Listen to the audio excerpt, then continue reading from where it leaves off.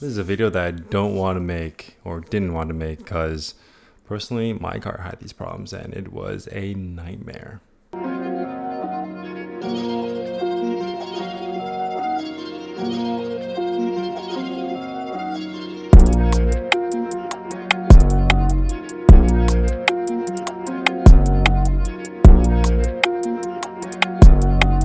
What's going on, everybody? Welcome back to my channel. My name is Daniel and today we're going to talk about top 5 areas where your car might be rusting.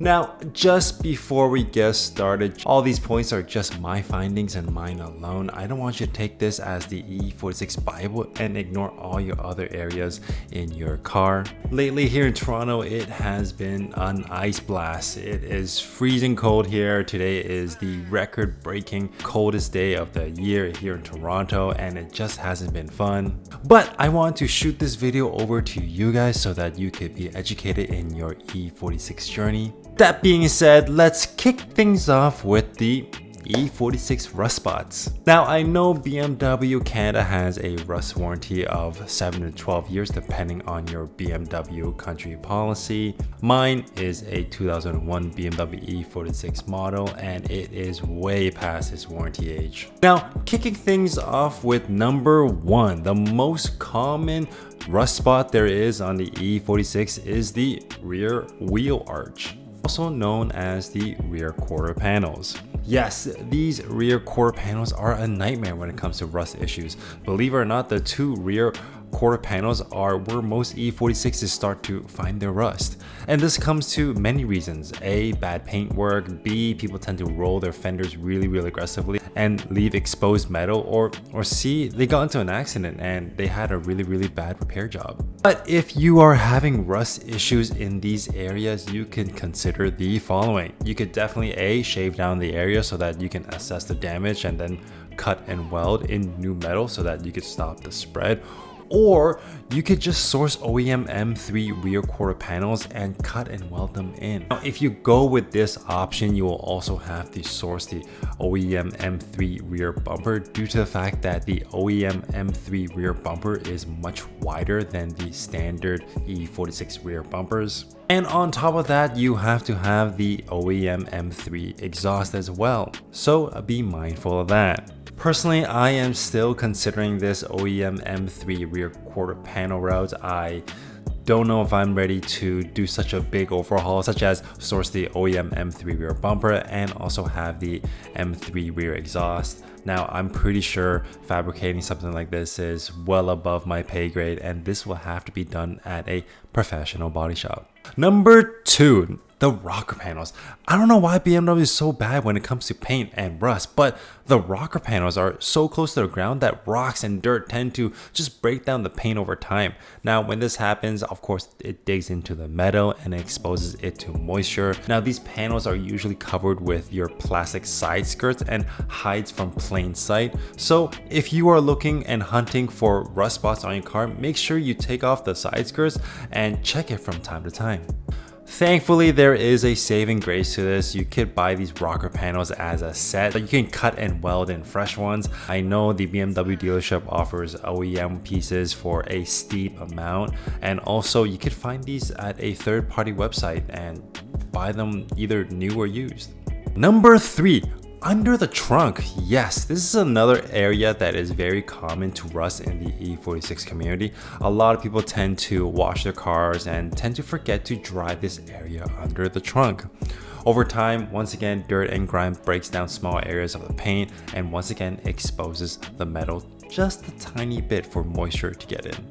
Now, this area, of course, is quite tricky to repair, and for this repair to be done properly, once again, you're gonna have to cut and weld in new metal. Number 4, the jack pad area. A lot of E46 owners have collapsed jack pads, and this is due to the fact that the metal holding the jack pad has gone soft and finally gave out. Now, you can still use the point to jack up your car, but it wouldn't be the safest and smartest choice. I know a friend of mine who had a Imola Red ZHP or ZHP if you're in Canada, found out that his jack pad collapsed and he immediately sold his car to his friend as a parts car. Of course, in order for this point to be repaired, you need to identify the affected area and cut out the rust and of course, welded new metal. And last but not least, number 5, the sneakiest place rust can start forming is the battery storage container. Yes, even though the spot isn't regularly exposed to weather elements, it can still rust. This is due to the fact that when you open the trunk, the battery cover sometimes isn't fully on properly, or owners forget to connect the battery vent tube.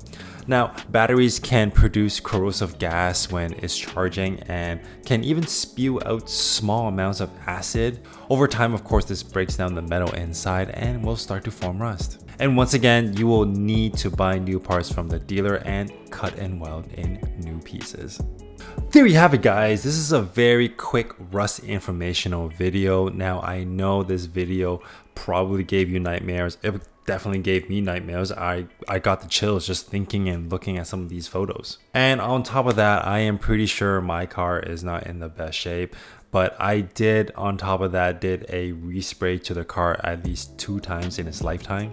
Safe to say, if your BMW E46 is rusting, it is definitely a ticking time bomb.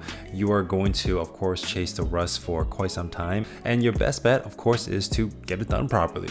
Cut out the rust, source new metal, fabricate new metal, and of course, weld and make sure you protect the metal properly. Now, I know these cars are getting super old, and some of these cars are probably not worth saving. I know in the BMW E46 community, the wagons, for some odd reason, are being more and more sought after. But my advice to you is, if the car means a lot to you and if it does have sentimental value, keep it. Go ahead, repair it, buy new parts, buy new metal, cut and weld it, and spend the money. At the end of the day, it's going to be your car and yours alone, so you decide what to do with it. Let me know in the comment section down below what you thought of this video and if I missed any important spots that I left out. Once again, don't forget to like, share, comment, and subscribe to my socials. I am still trying to reach 10K over there on Instagram, so please help me out and follow for more.